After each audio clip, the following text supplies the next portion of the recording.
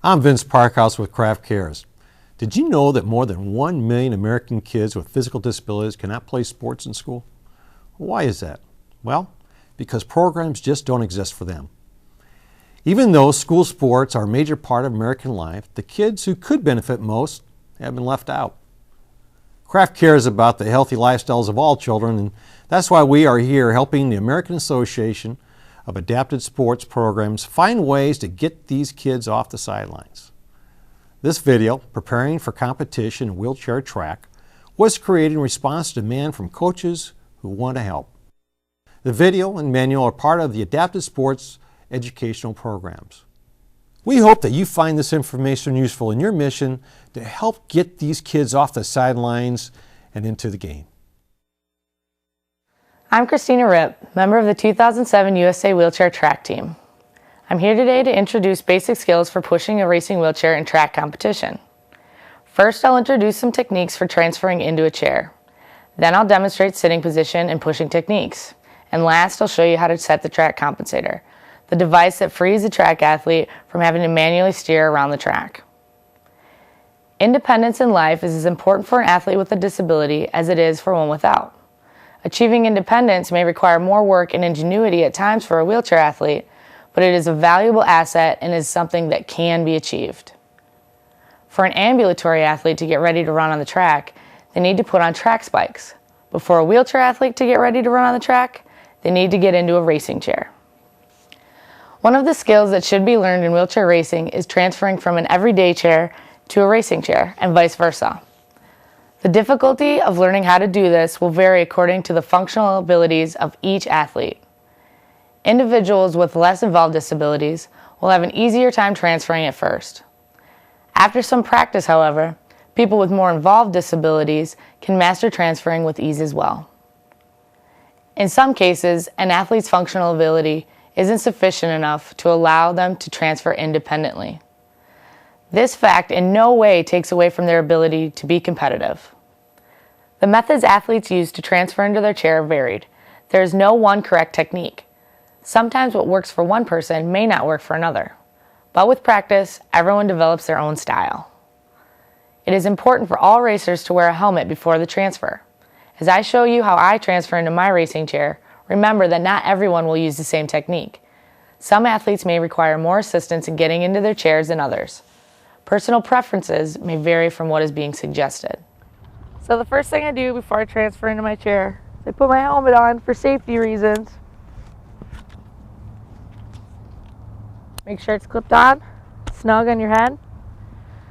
I put my chair at an angle with my racing chair. It just makes an easier transfer for me. Make sure your chair is locked into place, either by using your brakes or having someone stand behind you. And maybe have someone hang on to the front of your chair because the racing chair can be a little tippy. So the first thing I do is I put one hand here on my wheel, one on my fender. I transfer my weight over. I like to put my lower body into my chair first. So I tuck my right leg in first, transfer over to my other fender, tuck my left leg in, and I shift my hips, squeeze into my chair, fix my knees until I'm comfortable, put my feet on my foot strap. Not everyone uses a foot strap, but I do to keep my legs in nice and firm.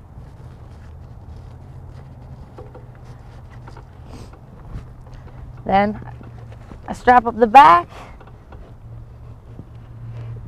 and I'm ready to push.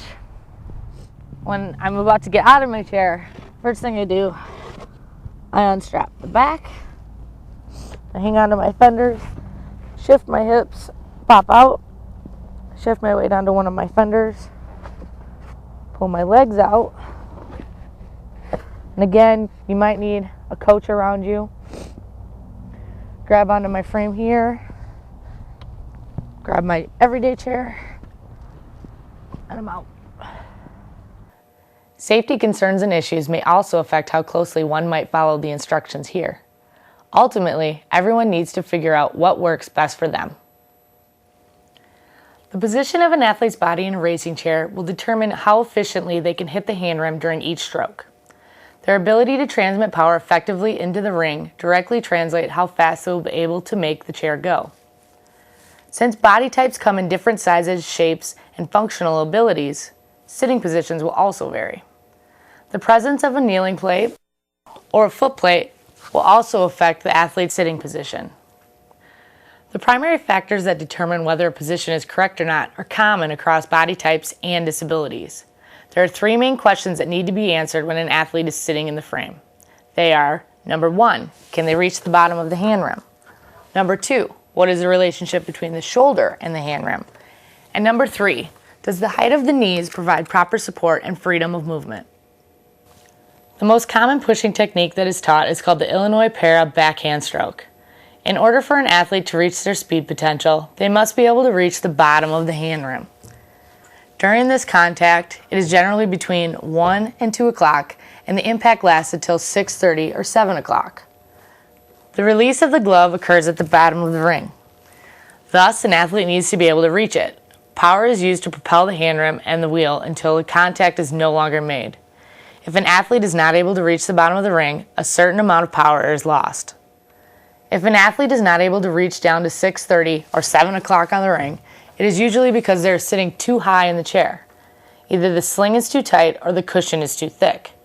To make a proper adjustment, an athlete should loosen their seat upholstery to lower the seat. The proper height will be attained when the base of the thumb hangs a half to 1 inch lower than the hand rim. An athlete shouldn't have to strain or stretch to reach the bottom. It should just happen in a relaxed manner. Injuries can occur if the muscles aren't relaxed, and an athlete will also fatigue quicker. On the other hand, if an athlete is sitting too low, they may find themselves getting caught in the hand rim. Their arm isn't able to extend at the end of the stroke because they run out of room. While their arm is still bent, the momentum of the ring pulls it back. The release doesn't occur naturally because the arm isn't in a mechanical position to do so. Finding a way to get the glove off the ring becomes difficult and can cause an athlete to release early, around 5 o'clock. Another problem that may occur when an athlete is sitting too low in the chair is that the area around the armpit or the upper arm is hitting the frame or the fender. This can cause bruising and abrasions. If the issue is extreme, an athlete may experience numbness or tingling in their arms and fingers. Once the seat is raised, however, the symptoms often go away. To do this, pull down on the sides of the seat upholstery and refasten the Velcro until the preferred height is reached. The next thing to be considered is whether the shoulder is in front of, in line with, or behind the hand rim.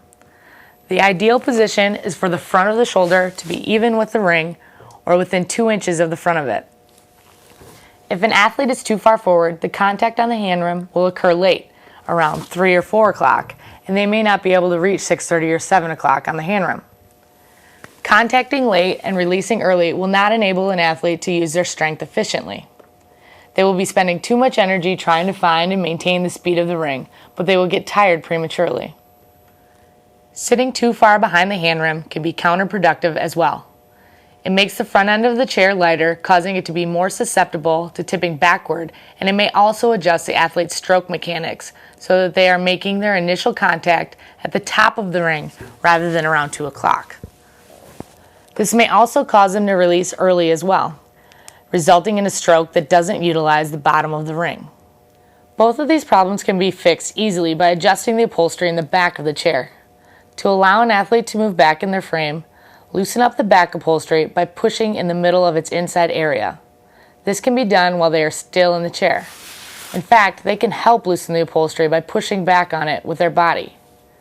Once their shoulders are properly aligned with the hand rim, firmly fasten the Velcro straps. To move an athlete forward, the back upholstery will need to be tightened. They can pull their body forward by grasping onto the frame. Once the shoulder and hand rim are lined up appropriately, the Velcro should be firmly fastened. The third factor in the sitting position is the height of the athlete's knees. They should be high enough that they are able to support the athlete while they are in the catch, drive, release, and lift stretch phases of the stroke. They should be low enough so that the athlete has room to accelerate into the hand rim, catch it at 1 or 2 o'clock, and maintain their contact through 7 o'clock. The height of the knees is related to every phase in the Illinois Para backhand stroke. If the knees are too low, an athlete will contact the rim late. It will be similar to the effects of sitting too far forward. An added problem is that the strain placed on the athlete's back by not being supported sufficiently will cause it to begin to hurt and to tire quickly. To correct this position, either the kneeling plate will need to be raised or the foot plate will need to be raised.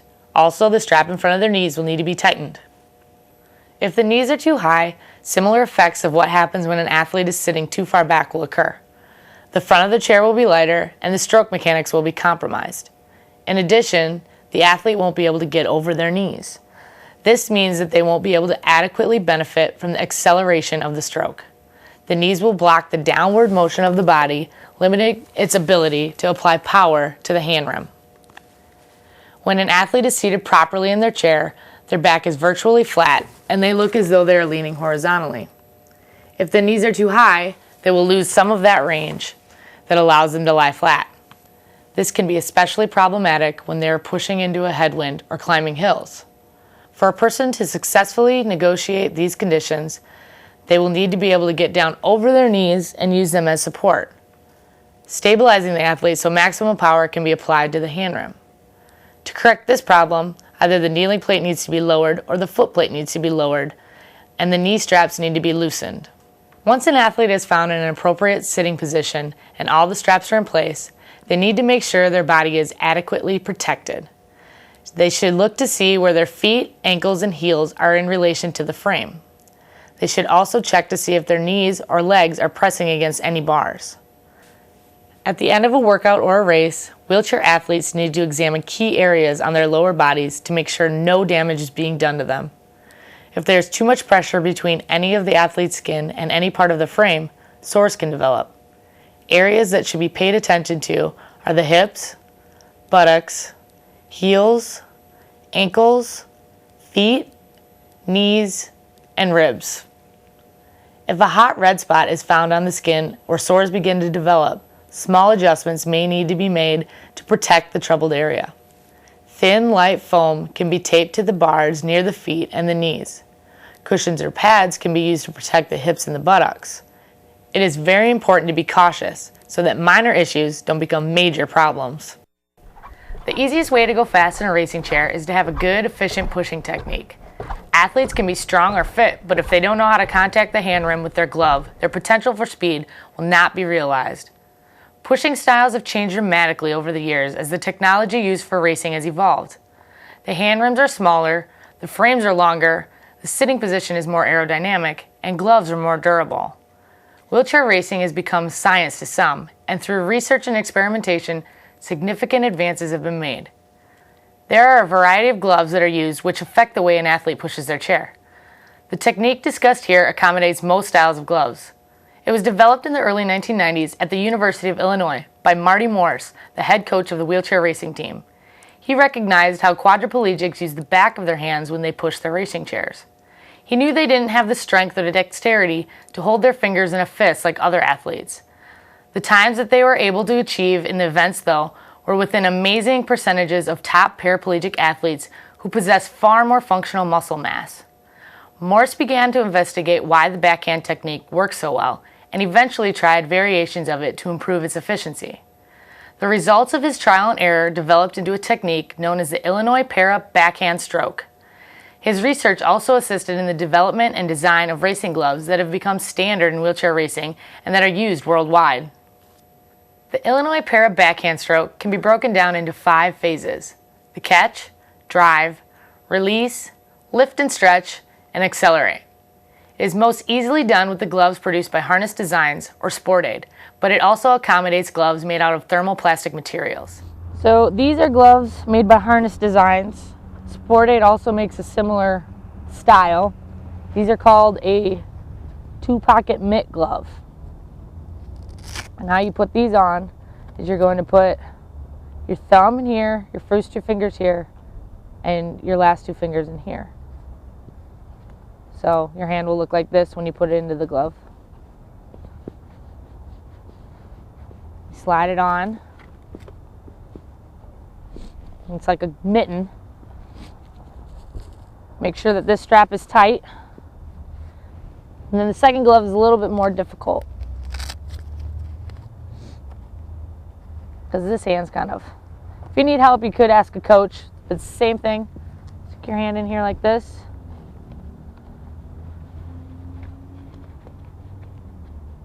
Pulling it tight. Make sure your fingers are all the way down in there. And then to finish off the gloves, I use my teeth. Might not want to use your teeth. Your parents might not like that. Make sure that's tight and you're ready to push. So when you start out, you want to usually use the harness gloves so you learn how to push your wheelchair. But I've been pushing for a long time and I've learned how to make my own gloves. These gloves are made of a thermoplastic in here, and my hand is pretty much in the glove the same way it would be in a harness glove, except my gloves are a little bit lighter, a little bit, they allow me to do more things while I'm racing. So the way I put these on is I put my hand in like this, my thumb goes in here, and I bend my fingers in here. My pinky's free. It's the same thing with this hand.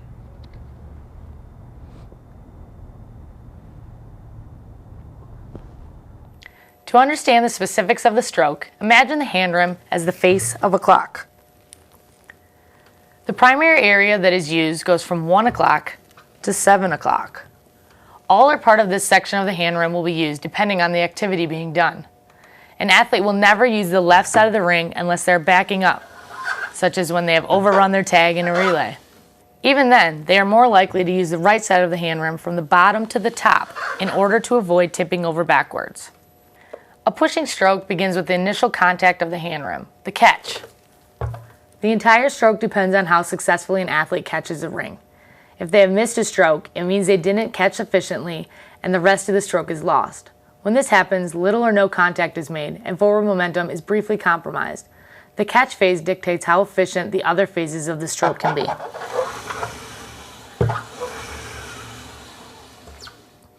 As the hand comes into the ring, contact is made on the backs of the index and middle fingers. The center of the hand rim meets the line between these digits, and the muscular base of the thumb squeezes into the ring as well. The hand is positioned like a hitchhiker, with all the fingers lying flat in its palm. The thumb doesn't stick up though. It lies alongside the index finger, pressing into the base of it as contact is made. This provides stability to the rest of the hand. Additionally, the wrist is flexed in an upward position to accommodate the angle at which the hand is coming into the hand rim. This is known as radial deviation. The wrist stabilizes the hand, but it shouldn't be held stiff and rigid. Rather, it should act similar to a shock absorber and have a little give. Tightening of the wrist too much as contact is made can strain the muscles supporting it and lead to injury. It also shortens the range of the stroke. The place at which the hand rim is caught with the glove varies. When an athlete is sprinting, they will be catching the ring around 2 o'clock. During the start, they will be contacting the ring at 1 o'clock. As they are pushing into a headwind or climbing a hill, the stroke will start at 3 o'clock. The most common place for the catch phase to begin during continuous pushing, however, occurs between 1 and 2 o'clock. If an athlete isn't hitting the ring until 3 or 4 o'clock, their stroke mechanics need to be adjusted. They are missing a portion of the ring that could turn power from their body into speed for their chair. Likewise, if they are contacting the hand rim at 12 o'clock, their stroke efficiency will be affected. Not only will their ability to go faster diminish, but there is another consequence as well. An increased potential for a shoulder injury or a wrist injury exists because of the added stress created by the mechanics needed to reach the top of the hand rim. An athlete may be sitting up too straight in their chair and will need to change their sitting position for the most proper and safe stroke technique to be used. The outside of the hand rim is where the glove should be pushing the wheel. It is easy to move the hand to the top or the inside of the ring, but the correct place for the hand to be is on the outside. Some athletes may rotate their gloves slightly to the inside, but no more than a 1/4 inch. The second phase of the Illinois para backhand stroke is the drive. This is the part of the stroke through which an athlete's power is driven around the hand rim, thrusting the chair forward. It is responsible for the speed that can be held during a sprint or a long-distance event. The drive phase begins where the catch phase leaves off, right after the hand rim has been initially contacted. The athlete's hands are either at 1, 2, or 3 o'clock given the conditions under which they are pushing. As the hands make contact, they should be squeezing into the hand rim, adducting. This helps the athlete catch the ring among other important reasons. Adduction will be necessary throughout the drive phase. The shoulder, chest, and arm muscles will drive the athlete's hands down as momentum from the wheels pull them around the ring. Squeezing into the hand rim also allows the athlete to most effectively use the power being supplied by their muscles. The torque being applied forces the wheel around and causes the chair to increase or maintain its speed.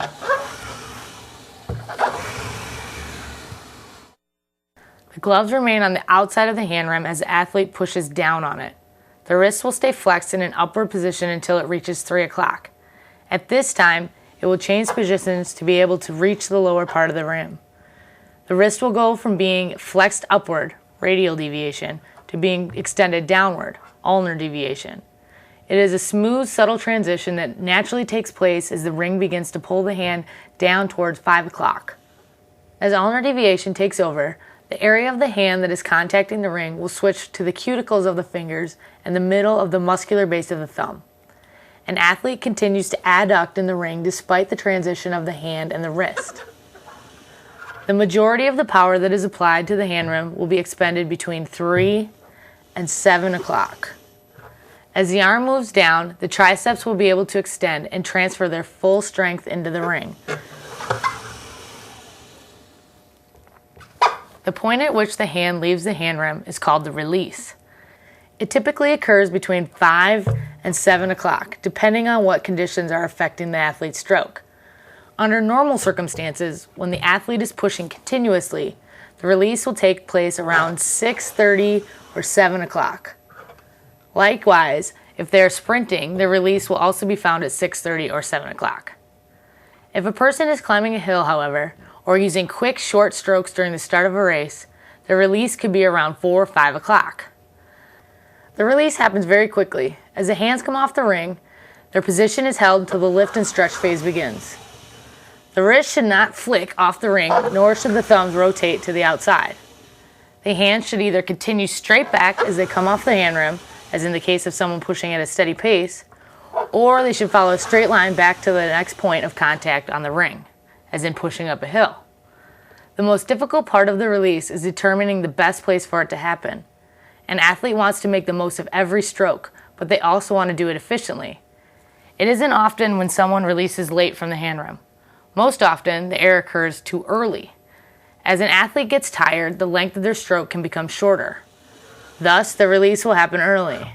Inexperience or weak body musculature can also lead to an athlete releasing too early from the hand rim.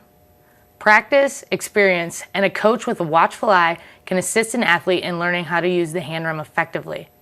Knowing when to release becomes an automatic response once they are strong enough and can get a feel for it. As the hands come off the hand rim, they need to get back in a position to start the next stroke. Once the hands release from the ring and come straight back, the elbows begin to lead the arms up above the wheel. There is considerable back strength required to raise the arms again and again, particularly during long-distance events. These are typically the muscles that get tired first and cause an athlete's pushing stroke to get shorter as fatigue sets in. As the arm lifts, the chest will begin to stretch.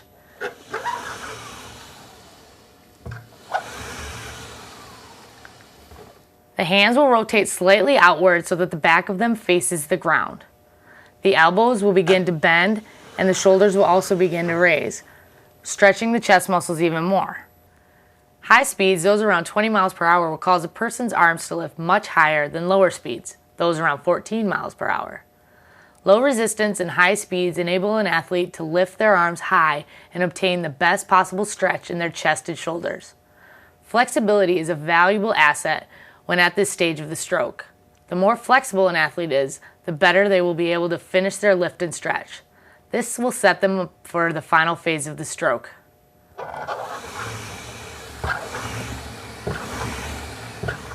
As an athlete's arms are raised high above their back and their chest is stretched to its healthy limit, they can now begin to accelerate into their hand rim. Their ability to accelerate is largely due to a physiological response to being stretched called the stretch reflex. Muscles have an elastic quality about them that allows them to be stretched to a certain limit and then releases them with speed and force similar to what is seen when a rubber band is snapped.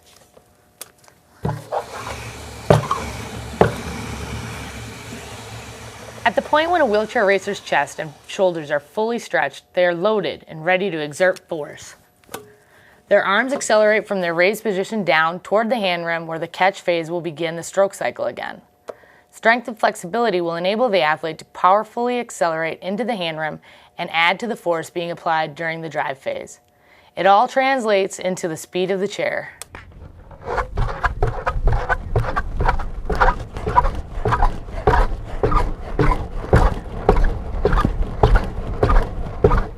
For additional information, an effective way for both coaches and athletes to learn the Illinois Para Backhand Stroke is through video analysis. Videotapes from the Paralympic Games or other wheelchair racing events may be available through adaptedsports.org, Wheelchair Sports USA, on the internet, or at the library. A coach could do his or her own filming and view that tape as well. With the information given here, they can analyze the stroke as a whole and also break it down into the different phases discussed. They could slow down or pause the film to identify the catch, drive, release, lift and stretch, and acceleration phases. If a videotape is made of an athlete, look to see if changes need to be made in their stroke. Allow the athlete to watch it too. It is a valuable and helpful tool for them to see what they're doing. It's the best way to learn and become aware of things that need to be changed. The track compensator is the part of the chair that enables the athlete to successfully go around the turn on the track without having to manually steer through it with their hands. The compensator exists so that an athlete can spend the majority of their time applying power to the hand rim and minimal time trying to get around the turn. The devices that make a track compensator work are called the stops. Stops are a system of screws and lock nuts that work together to aid the chair in going around the turn. There is one screw and one lock nut on each side of the frame, and they are all attached to the track compensator.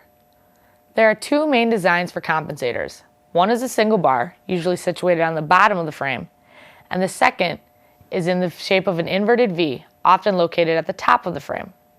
Sometimes, as in my chair, it is located on the bottom of the frame. Setting the chair to go straight is the easiest place to start when working with the track compensator. To do this, adjust the compensator until the front wheel is going straight. This can be easily determined by using the lane lines on the track. Position the front wheel on a straight line and push slowly. If the chair veers to the left, stop, pull the compensator to the left, reposition the chair on the lane line, and push again.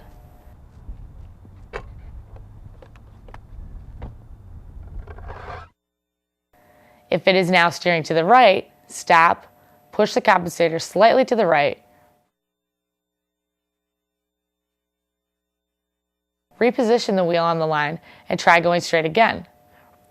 Repeat this procedure until the wheel steers straight down the line. Once the chair is going straight, turn the screw on the right side of the frame until it touches the main tube. Don't drive the screw into the frame, just turn it until it begins to touch. Next, adjust the lock nut so that it is tightly in place.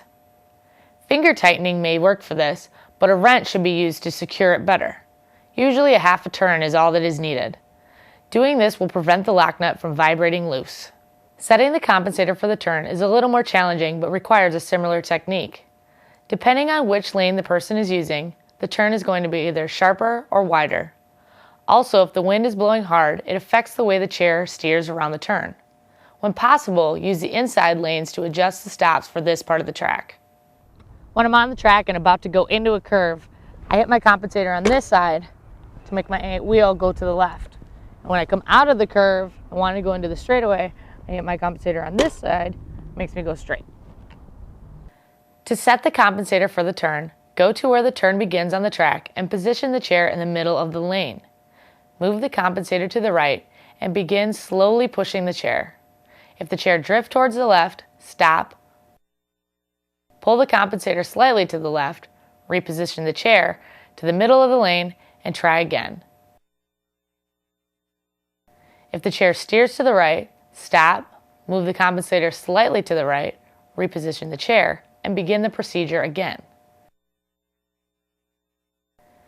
Once the chair is going around the turn properly, adjust the screw on the left side of the frame until it touches the main tube. After that, finger tighten the lock nut and then secure it a half turn more with a wrench. Once the stops have been set, it is important that the athlete begin pushing around the track at both moderate and fast speeds to make sure the compensator is working correctly. They should also make sure the chair is moving adequately around both outside and inside lanes. Sometimes slight adjustments need to be made when the compensator is tracking around the turn at higher speeds. To hip the chair means to adjust in the direction of the chair by using an athlete's body without touching the ground. This usually requires the athlete to sit up slightly so the front end of the chair becomes lighter. They twist their body to the left, causing the chair to follow its lead. Because of the straps used to secure an athlete, the chair becomes part of the body and will follow its directions. The disadvantage of this technique is that an athlete may not be able to get the chair moving very quickly until they enter the turn. It is more easily done by athletes who have some functional control over their lower bodies. This is something that should be tried and practiced during scheduled workouts. It can be a difficult skill to master. High-level paraplegics and quadriplegics can lower their inside shoulder and twist to move the chair. As they turn their head and chin, the chair will follow. Hipping shouldn't be used to go through a curve. You should use your compensator for that, but sometimes hipping is necessary. Maybe your compensator's off that day and you need to stay in your lane. It's just used to make small minor adjustments while you're on the track. So just little movements like this so you can stay in your lane, but it shouldn't be used all the time. I hope that you found the information in this video helpful. The ideas we presented are the foundation for using a racing wheelchair. You will need to practice to perfect your skills. For more information, contact the American Association of Adapted Sports Programs. Thank you and good luck.